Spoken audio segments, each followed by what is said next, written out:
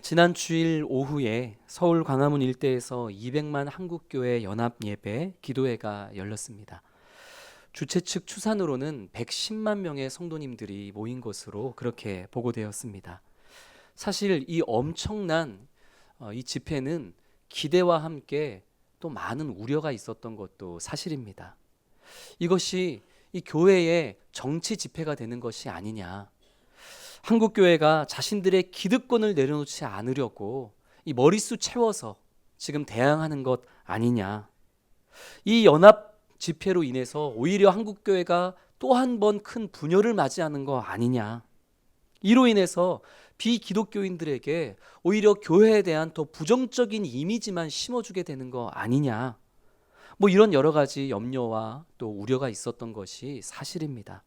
그러나 정말 감사하게도 한국교회가 이번 이 연합 예배를 통해서 말하고자 했던 이 시대와 사회를 통해 꼭 전달하고자 했었던 바로 그 진심, 그 메시지, 곧 편향된 인권 옹호와 동성혼 합법화 분위기로 치닫고 있는 이 세태 속에서 성경의 창조 질서와 함께 건강한 가정과 다음 세대를 지켜 나아가겠다는 이 기독교인들의 선포와 다짐이 이번 집회 때 돌발 상황이나 큰 사고가 없이 잘 진행되고 또 이 사회에 그렇게 잘 전달되어진 것으로 그렇게 평가가 되고 있는 듯합니다. 참 감사한 일이죠. 이번 연합 예배를 보면서 저 개인적으로 가장 감사했던 것은 이 모든 준비와 진행이 한국 교회와 성도들의 회개를 중심으로 이루어졌다 하는 사실입니다. 이만큼 많은 머릿수가 모였으니 정부는 우리의 요구를 들어줘라 라는 메시지를 주려 했던 것이 아니라, 이렇게 많은 한국 교회가 있는데 그럼에도 불구하고 우리가 한국 사회를 바르게 선도하지 못했습니다. 이 모든 것이 다 우리의 죄악입니다. 다 우리의 부족함입니다. 우리가 이렇게 많은데도 그것을 해내지 못했습니다.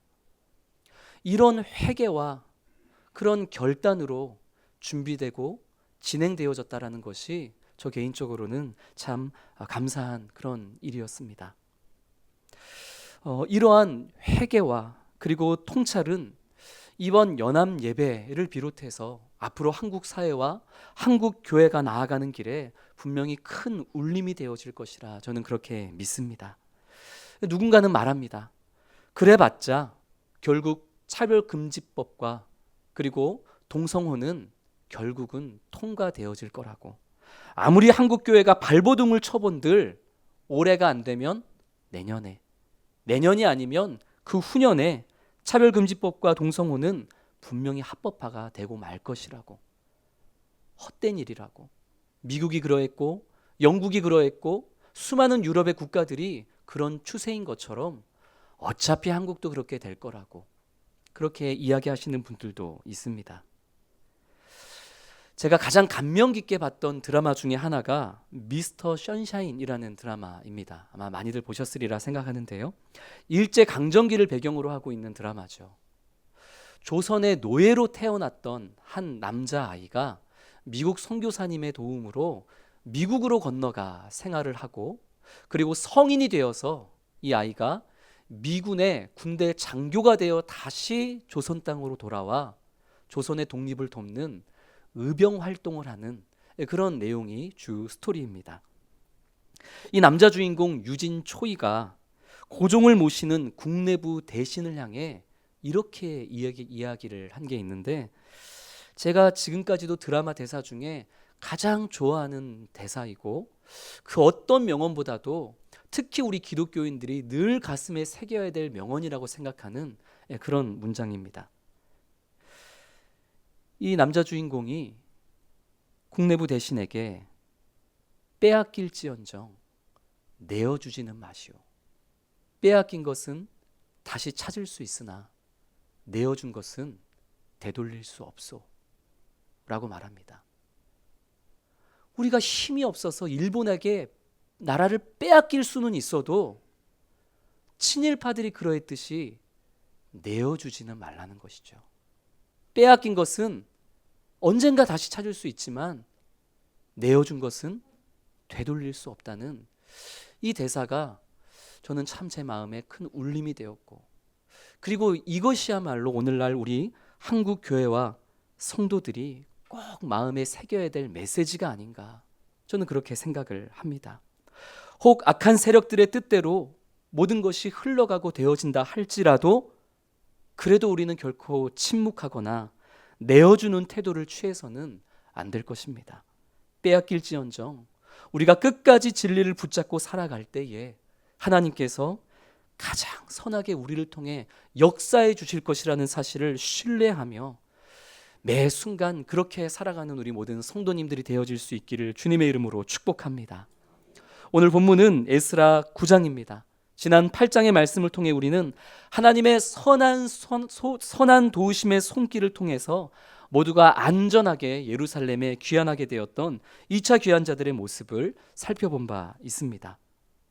예루살렘에 도착해 보니 이 1차 귀환자들을 통해 성전 건물은 잘 완공이 되어져 있었습니다. 문제는 성전 건물이 아니라 성전으로 살아가야 할 이스라엘 백성들 개개인의 삶과 성전으로 살아가야 할 백성들의 가정이 완전히 바닥까지 무너져 있었다 하는 것이죠. 오늘 9장 1절 2절은 에스라가 받았던 이러한 보고에 대한 내용입니다. 우리 1절과 2절 말씀을 세번역 성경으로 화면을 보면서 같이 읽겠습니다. 이러한 일들을 마친 다음에 지도자들이 나에게 와서 말하였다. 이스라엘 백성들은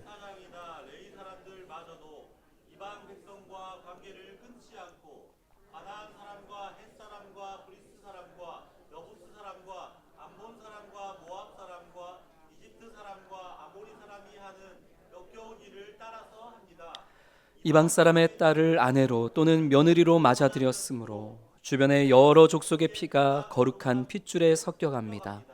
지도자와 관리라는 자들이 오히려 이러한 일에 앞장을 섭니다. 에스라가 전해 들었던 소식은 예루살렘으로 돌아온 이스라엘 백성들이 하나님을 믿지 않는 이방인들과 결혼하는 일을, 그리고 그들의 문화와 관습을 따르는 일들을 아무렇지 않게 하며 살아가고 있더라 하는 것이었습니다. 더 충격적인 것은 일반 백성들만 그리 행했던 것이 아니라 성전을 섬기는 이 백성들의 지도자의 역할을 해야 될 제사장들과 레위 사람들도 이 가증한 일들을 아무렇지 않게 행하며 살고 있더라. 성전으로 살아가야 할 그들의 삶과 가정이 이렇게 무너져 있더라 하는 보고를 에스라가 받게 된 것이죠. 일찍이 하나님께서는 이스라엘 백성들을 향해 이방인들에게 너희의 자녀를 주지 말라라고 명령하신 바 있습니다. 다만 하나님의 이 말씀은 유대인들은 어떠한 경우에도 유대인들하고만 결혼함으로써 혈통적 순혈주의를 지켜야만 한다라는 그런 말씀은 아닙니다. 이방인이라 할지라도 하나님을 향한 신앙 고백만 있다면 그런 이방인은 유대인과 결혼을 하고 믿음의 대를 이어갈 수가 있었습니다. 대표적인 인물이 바로 여리고성의 라합과 모압 여인 룻이죠. 그들은 이방인이었지만 하나님을 향한 신앙의 고백이 있었기에 이스라엘 백성들과 결혼할 수 있었고 믿음의 대를 이어갈 수 있었죠. 심지어 이 이방 여인인 라합과 룻은 예수님의 족보에 오른 여인들입니다. 하나님께서 이방인들에게 자녀들을 주지 말라라고 명령하셨던 것은 아무런 주관 없이 옳고 그름에 대한 분별 없이 거짓된 것을 믿고 따르는 이방인들과 통혼하게 됨으로써 이스라엘 백성들이 여호와 하나님을 믿는 신앙을 버리고 이방인들의 관습과 문화와 그릇된 신앙을 따라가게 살 것에 대한 경고의 말씀이었던 것입니다. 오늘 에스라에게 보고가 들어왔던 이 백성들은 후자에 속한 자들입니다. 하나님에 대한 신앙의 고백이 있는 이방인들과 결혼해서 가정을 이뤘던 것이 아니라 여전히 이방신을 믿고 있고 그리고 하나님께서 가증 여기시는 온갖 일들을 자행하고 있었던 그 이방인들과 이 백성들이 가정을 이루고 있었던 것이죠. 심지어 그들과 결혼한 이스라엘 백성들은 그들이 행하는 온갖 가증하고 더러운 일들을 말리기는커녕 그들이 하는 일에 그 이방의 문화와 간습에 동참하고 있었던 것입니다. 그런 모습에 대해서 보고를 받고 실제로 두 눈으로 그것을 보았던 에스라로서는 정말 기가 막힐 노릇이었습니다. 이 보고를 받고 이러한 현실을, 참담한 현실을 보게 된 에스라의 반응이 어떠했는지 오늘 3절과 4절 말씀이 잘 보여주고 있죠. 우리 3절, 4절 말씀 같이 읽겠습니다. 내가 이 일을 듣고 속옷과 겉옷을 찢고 머리털과 수염을 뜯으며 기가 막혀 앉으니 이에 이스라엘의 하나님의 말씀으로 말미암아 떠든 자가 사로잡혔던 이 사람들의 죄 때문에 다 내게로 모여오더라. 내가 저녁 제사 드릴 때까지 기가 막혀 앉았더니, 기가 막혀서, 너무나 기가 막혀서 에스라는 주저앉아 버리고 말았습니다. 얼마나 속이 상하고 분노가 치밀었는지 3절 말씀을 보면 속옷과 겉옷을 찢어버리고 자신의 머리와 수염을 쥐어 뜯으면서 그렇게 에스라는 가슴 아파하고 애통해하고 분해, 스스로를 어떻게 컨트롤하지 못한 채 저녁 제사 때까지 주저앉아 있었던 것입니다. 그런 에스라를 보면서 주변 분위기가 어땠을까요? 지금까지는 지도자라 할 수 있는 제사장과 레위 사람들조차도 이러한 죄악된 일에 대해서 아무도 문제를 삼는 자가 없었습니다. 그런데 2차 귀한 자들을 인도해 왔던 이 페르시아의 고위층 지도자 에스라가 지금까지도 아무도 문제 삼지 않았던 이 일에 대해서 경노하고 문제를 삼고 애통해하고 온몸으로 이것이 얼마나 하나님 앞에 잘못되고 죄악된 것인지에 대해서 선포를 하고 있으니 그것을 보고 있는 그 주변 사람들의 분위기가 과연 어떠했을까요?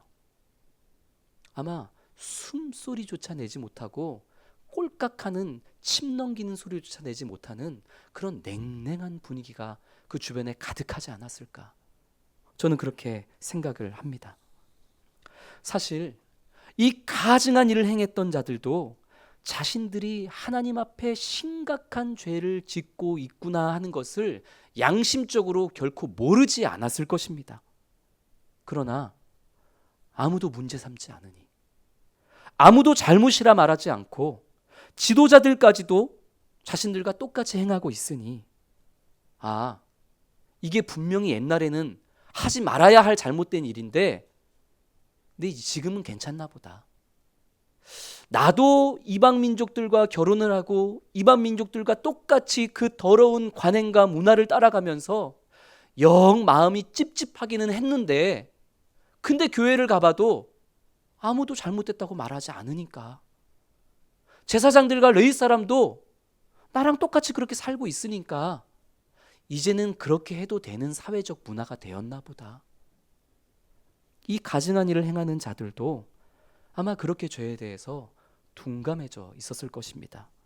그러고 있는데 에스라라는 사람이 나타나서 이 모든 것이 하나님 앞에 얼마나 가증하고 잘못된 것인지를 지금 머리털과 수염을 뜯고 속옷과 겉옷을 찢는 이런 퍼포먼스와 이 온몸의 행위를 통해서 드러내고 선포하고 있으니 그것을 바라보는 그들의 마음이, 양심이, 분위기가 과연 어떠했겠느냐 하는 것이죠. 그 모습을 보던 이들 가운데 움직임이 일어나기 시작합니다. 우리 4절 말씀을 다시 한번 읽겠습니다. 이에 이스라엘의 하나님의 말씀으로 말미암아 떠는 자가 사로잡혔던 이 사람들의 죄 때문에 다 내게로 모여오더라. 내가 저녁 제사 드릴 때까지 기가 막혀 앉았더니. 에스라의 그 분노하고 애통해하고 기가 막혀서 주저앉아 있는 그 모습을 보는 여러 사람들 가운데 몇 사람들이 에스라에게로 모여들기 시작합니다. 오늘 4절 말씀을 보니 그렇게 에스라에게 모여들었던 사람들이 어떤 사람들이었다고 성경이 증언하죠? 하나님의 말씀으로 말미암아 떠는 자들이었더라 말씀합니다. 변질된 사회와 변질된 지도자와 변질된 환경에 사로잡히는 자들이 아니라 그런 환경 가운데에서도 여전히 하나님의 말씀이 진리임을 믿고 그 말씀을 두려워할 줄 아는 자들, 그들이 죄를 죄라 선포하는 에스라에게 모여들었더라라고 오늘 4절은 말씀하고 있는 것입니다. 물론 이들은 에스라가 등장하기 전까지는 이 가증한 죄악들에 대해서 우호적인 이 사회적 분위기 속에서 죄를 죄라 말하지 못했던 자들입니다. 하나님의 말씀을 두려워하는 자들이었지만 에스라가 나타나기 전까지 그것을 죄라 선포하지 못했던 사람들입니다. 그러나 누군가가 죄를 죄라 선포하며 이야기할 때에 부끄럽지만 그와 함께 이 신앙의 운동을 일으키고자 모여들었던 자들이 바로 에스라에게 모여들었던 사람이다 하는 것이죠. 사랑하는 성도 여러분, 바라기는 에스라가 그러했던 것처럼 이 시대에 하나님이 가증히 여기시는 죄악들에 대해서 정말 기가 막혀 할 줄 알고 그 죄악을 향해 에스라처럼 온몸으로 거부하고 이건 아니라고 소리낼 수 있는 그런 저와 성도님들이 되어줄 수 있기를 주님의 이름으로 축복합니다. 그러나 그게 사실 쉬운 일은 아니죠. 더 이상 죄를 죄라고 이야기하지 않는 이런 세상의 분위기 속에서 에스라처럼 선뜻 앞에 나가서 그 죄를 향한 몸부림을 친다는 것, 이건 참 어려운 일입니다. 그렇다면 우리가 이 시대에 에스라가 될 수 없다면 성도 여러분, 에스라에게 모여드는 사람들은 되어져야 할 줄로 믿습니다. 하나님의 말씀을 기준 삼아서 무엇이 죄인지를 분별하는 사람들. 아직은 내가 연약해서 에스라처럼 그것은 죄라고 잘못됐다고 아직까지 한 번도 나서본 적은 없지만, 그러나 에스라와 같은 사람들이 등장한다면, 에스라처럼 이 시대의 죄에 대해서 선포하는 그런 기독교적 운동이 일어난다면 그때도 그냥 가만히 침묵하는 것이 아니라 그런 움직임에 함께 모이고 함께 동참하고 그제서라도 죄에 대해서 소리를 낼 줄 아는 사람들. 에스라가 될 수 없다면 에스라에게 모여드는 하나님의 말씀을 두려워할 줄 아는 자들, 바로 그런 우리들이 되어져야 할 줄로 주님의 이름으로 축복합니다. 그렇게 모여든 자들과 함께 에스라는 자신의 겉옷과 속옷이 찢겨진 상태로 두 팔을 벌려 하나님께 기도하기 시작합니다. 오늘 본문 5절부터 15절까지가 에스라의 처절한 기도의 내용인데, 우리 6절 말씀을 세 번역으로 우리 화면을 보면서 같이 읽겠습니다. 하나님, 너무나도 부끄럽고 낯이 뜨거워서 하나님 앞에서 차마 얼굴을 둘 수 없습니다. 우리가 지은 죄는 우리가 스스로가 감당할 수 없을 만큼 불어났고 우리가 저지른 잘못은 하늘에까지 닿았습니다. 아멘. 에스라가 하나님 앞에 나아가 먼저 회개의 기도를 올립니다. 부끄럽고 낯이 뜨거워서 차마 하나님께 얼굴을 둘 수 없습니다 라고 기도하죠. 그런데 에스라가 부끄러워서 하나님께 얼굴을 둘 수 없는 이유가 무엇이냐면, 우리의 죄가 너무 크고 우리가 저지른 죄악이 너무 커다라서 하나님께 얼굴을 둘 수 없다, 그렇게 고백합니다. 이상하죠? 저들의 죄가 너무 커서 라고 말하지 않고 에스라가 우리의 죄가 커서 우리가 저지른 잘못 때문에 라고 이 죄인들의 무리에 자신들을 포함시키고 있습니다. 아니, 따지고 보면 에스라가 회개할 기도가 아니죠. 그가 지은 죄가 아닙니다. 에스라가 책임질 일이 아니죠. 그런데도 불구하고 모든 영적인 리더들이 그러했던 것처럼 에스라는 이스라엘 공동체의 죄악을 자신의 죄로 인식하면서 그렇게 철저하게 자신이 죄인이 되어 하나님 앞에 회개함으로 나아가고 있다는 것입니다. 사랑하는 성도 여러분, 이것이 바로 오늘 우리나라와 우리 사회를 향한 우리의 기도의 중심과 태도가 되어져야 할 줄로 믿습니다. 우리는 우리 주변에서 일어나고 있는 온갖 죄악들에 대해서 남의 일이라 치부하고 무관심하게 바라봐서는 절대 안 됩니다.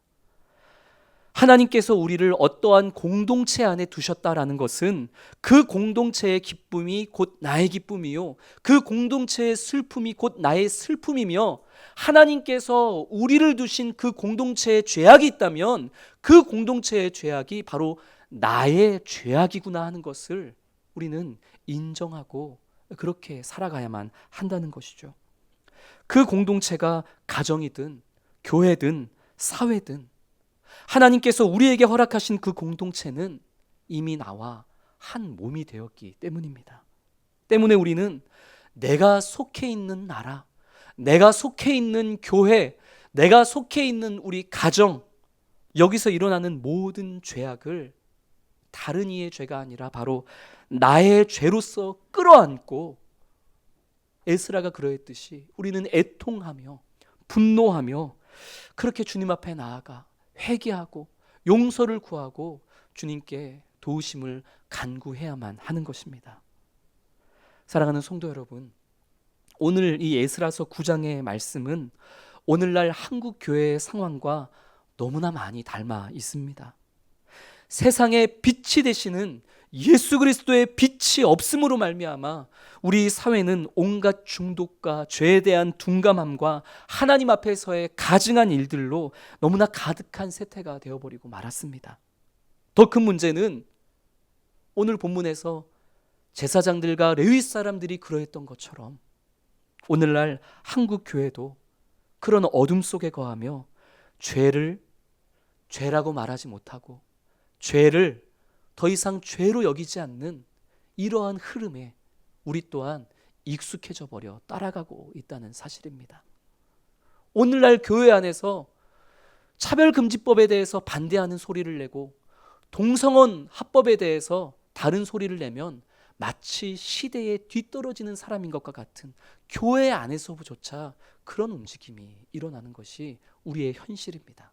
우리 어르신들까지는 안 그럴지 몰라도 우리 젊은 세대들, 특히 우리 다음 세대들 안에서는 여기에 동참하지 않으면 완전히 시대에 뒤떨어진 그런 사람이 되는 것과 같은 그런 시대, 그런 움직임이 교회 안에서도 이루어지고 있다는 것이죠. 온몸으로 죄에 대해서 거부하는 반응을 보이며 온몸으로 회개를 선포했던 이 시대에 에스라가 필요한 때입니다. 에스라 곁에 함께 모여 기도했던, 하나님의 말씀을 진리로 알고 두려워하는 자들, 그런 자들이 필요한 때입니다. 우리 사회와 공동체의 죄악을 남의 일로 치부하지 않고 바로 나의 죄라 믿고 끌어안고 이를 위해서 눈물로 회개하고 부르짖는 하나님의 백성들이 일어나야만 하는 때입니다. 그 한 사람이 제가 되고, 그 한 사람이, 그 공동체가 우리 부산 사랑의 교회 공동체가 되어줄 수 있기를 주님의 이름으로 축복합니다.